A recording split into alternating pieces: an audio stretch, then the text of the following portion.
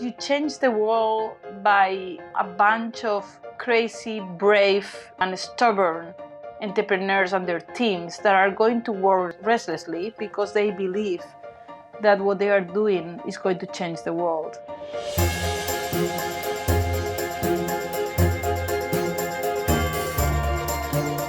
I know a lot of people want to make the step out of academia into industry, into startup worlds, but there's a lot of fear and unknowns, and just learning from other people's experience is extremely beneficial. I imagine a world in which patients with brain diseases will get much better through a non-chemical form of electrical stimulation. Data is defining new treatments in what were historically well-defined therapies. We're all just scratching the surface as far as what we can do with these data sets and with different types of algorithms. We are using electronic biosensor technology, which enables us to detect bacteria literally electronically. People who previously would have had, an implant in their chest and had wires going down to their heart now just have a very small pacemaker. You couldn't even tell they had a pacemaker just looking at them.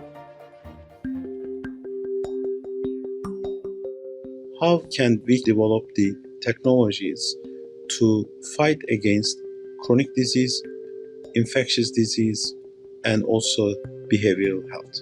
The frontier of medical device innovation is constantly changing, and Medtronic keeps changing with it. Starting more than 10 years ago, our engineers and scientists went back to an idea which was around in the 70s, which was pacemakers don't need to be the size of a large cookie and in your chest with a wire to your heart. Why couldn't the pacemaker just be the size of a pill and go in the heart directly and not have a lead at all? But the technology wasn't there. In 1970, they built one. It lasted a few hours. They didn't have the know-how. But you fast forward, Medtronic has developed a pacemaker called the Micra, and our engineers came up with a very clever design of a capsule that could go in the ventricle of the heart and basically be a full-fledged pacemaker that lasted more than 10 years. No leads and nothing up in your chest area anymore. And our physicians are very enthusiastic about that. They recognize the benefits to patients to have these less invasive procedures. There's less complications, there's faster recovery time, and to themselves, it's a more satisfying outcome for them to have patients get a benefit faster without having to be in the hospital for such a long recovery period.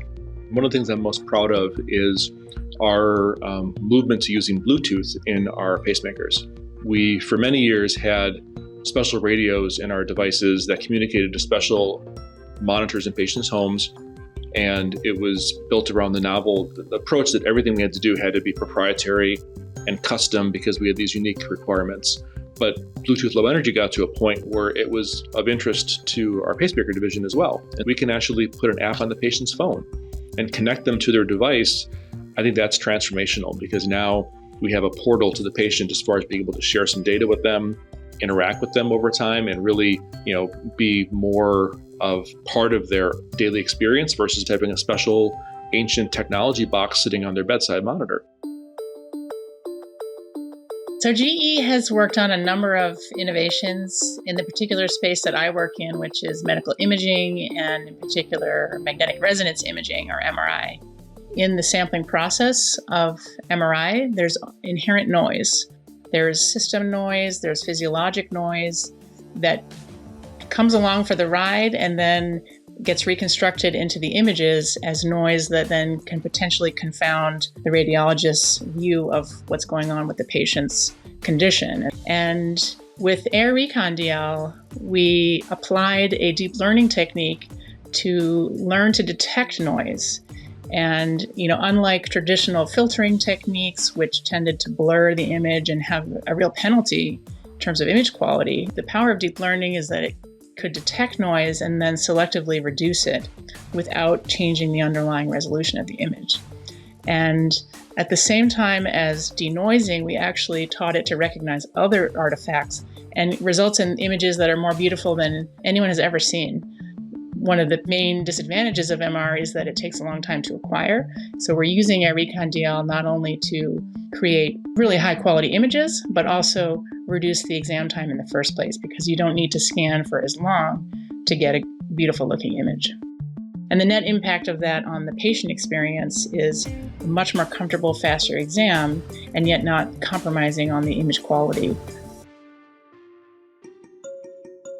Digital health covers or integrates both smart sensors and smart analytics, AI, machine learning. These technologies will be very useful to prevent disease, to improve the diagnostics and management of chronic disease, infectious disease, and also improve the healthcare outcomes. If we think about the messaging around heart disease, it's not very positive. We don't have enough role models to just explain to people that it's okay to dream big and be active. By being a technologist, I've created networks and inroads to have a voice at the table to talk about technology, but I also happen to be the patient voice too. I was 18 years old when I was diagnosed with a rare heart arrhythmia, and I've now had 7 pacemakers. So I have pretty much lived most of my life being pacemaker dependent. The pacemakers have a lot of sensors that are measuring different biometrics in my body. So when I am working out, when I am exercising, there's a little bit of a ramp up where it sees an increase in oxygen use and then that muscle use. And it's saying, aha, this is exercise. Let's go ahead and keep giving some more heartbeats. It's my wearables that give me a lot of the real-time insights of, is everything working as intended? Am I staying safe? And how much harder can I push? My Garmin, for me as an athlete, connects to my ecosystem of power meters and other environmental type sensors, plus it does, a heart rate variability that then can compute that into VO2 max. I get oxygen sensors, and it gives me more data as an athlete.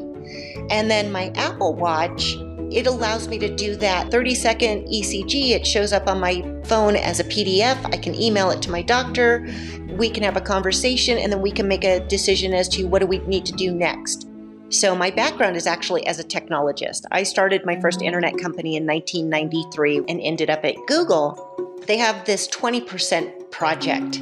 If you're passionate about something, you can find other people within the company and spend up to 20% of your time working on those initiatives. I wanted to figure out, how do we begin to make patient data useful? And I was able to work with Fitbit and different companies that were all about pulling together data and then integrating that data and transforming it to the point that you can get it all the way to the EHR. So that was really an amazing opportunity to bring my personal experiences and my professional world, have them collide and do something impactful. Prior to having access to wearable devices and mobile apps, you always had to go to the doctor and say, how am I doing? Is everything okay? And you can now have a data-driven conversation with your physician. Being able to use these wearable technologies has freed me up to not have to count heartbeats because I let the technology do the work. And now I get to focus on feeling safe and confident. And when you're safe and you're confident, you can do more. And that rewiring of my brain to just default, I'm always safe, I'm always confident, and now I can do anything. Biopharma trends includes the development of innovative diagnostic technologies, including the point-of-care diagnostic technologies, to fight against cancer, infectious disease, and other global disease. Avails Medical is an in vitro diagnostic company, and we want to provide solutions for faster diagnostics to help stop the spread of antibiotic resistance. Our first focus in the company is sepsis. It's a life-threatening condition where bacteria enter your bloodstream, and it's a condition that can lead to death very quickly if you don't get the right and targeted antibiotic therapy timely. Most of the competitors use very different technology based on optical methods, and in order to do any diagnostics on the bacteria need to be isolated from the blood. We have the ability to detect bacteria electronically, so we can detect bacteria directly in the presence of blood. So current diagnostic time takes up to 3 days, And we can reduce the time down with our novel electronic system down to 1 day. We incubate the bacteria in the test cartridge so the bacteria start growing. When they grow, they produce metabolites, and those metabolites specifically interact with our sensor, and this is what we are detecting. So next, we expose the bacteria to different antibiotics, and if an antibiotic is effective, it will kill the bacteria, so bacteria will not produce the metabolite. That way we can now test for 20 to 30 antibiotics and figure out which antibiotic is effective to kill the bacteria. Bioelectronic medicine is going to be very important in the near future for the treatment of the chronic disease.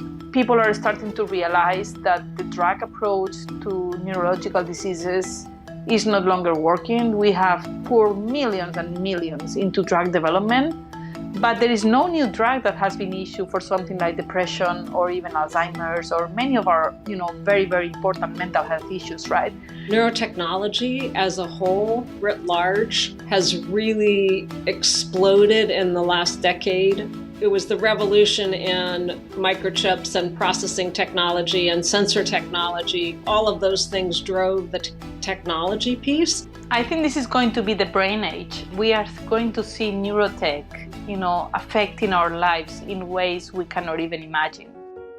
Advanced Brain Monitoring is a medical device manufacturer. Our specialty is production of mobile, scalable, easy-to-use systems for monitoring the brain, the heart, and muscle activity. We have over 30 patented technologies and have 7 FDA-cleared products on the market.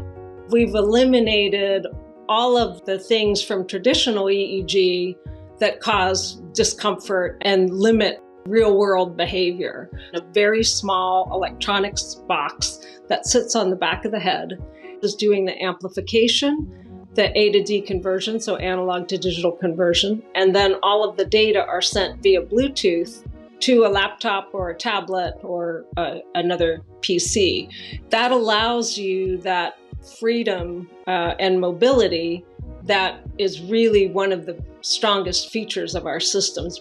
The B-Alert product line is designed for non-medical applications, what we call consumer neuroscience or neuromarketing, where you're using the systems to assess people's responses to advertising, to new websites. So in those cases, they don't require the full FDA-cleared systems.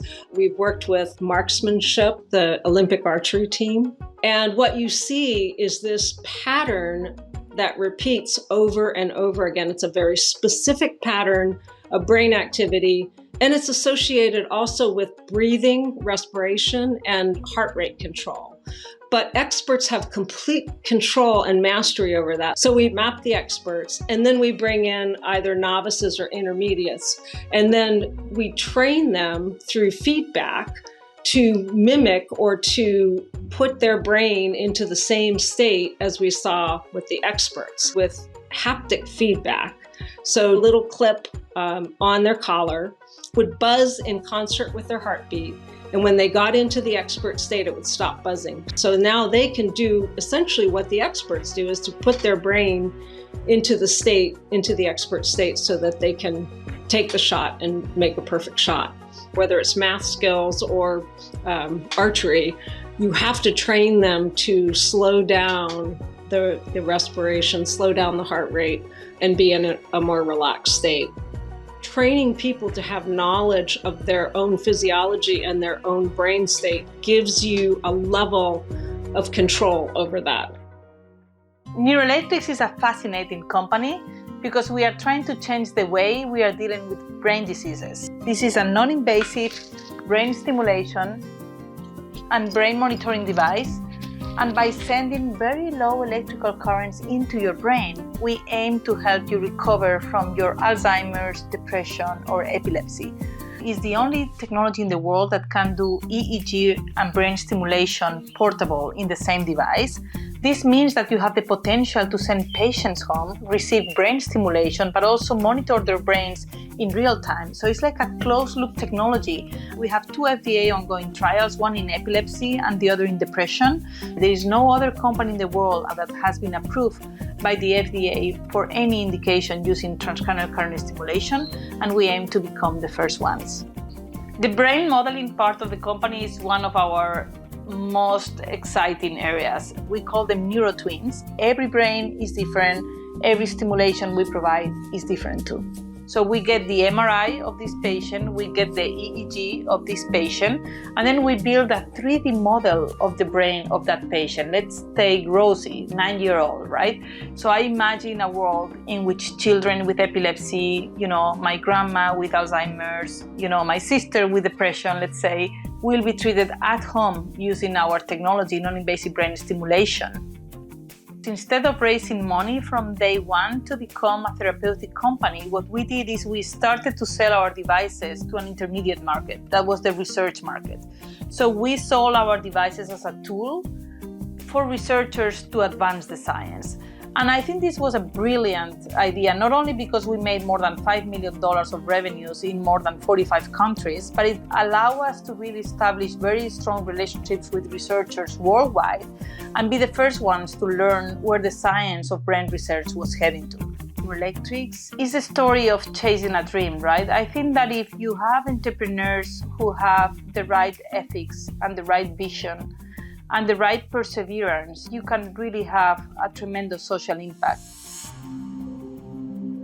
Our goal with the public forum is to highlight and discuss the engineering innovations in healthcare from the healthcare industry perspective.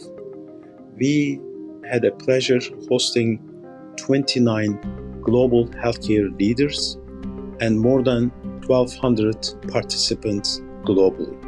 Anytime when you can get together with like-minded people, you're going to harvest new ideas. I loved hearing other people's stories, hearing people going through the same pain points. Our long-term goal is to build a platform for healthcare industry leaders, clinical practitioners, scientists, engineers, and also students to exchange ideas, exchange data, get feedback, and also to promote the field of entrepreneurship.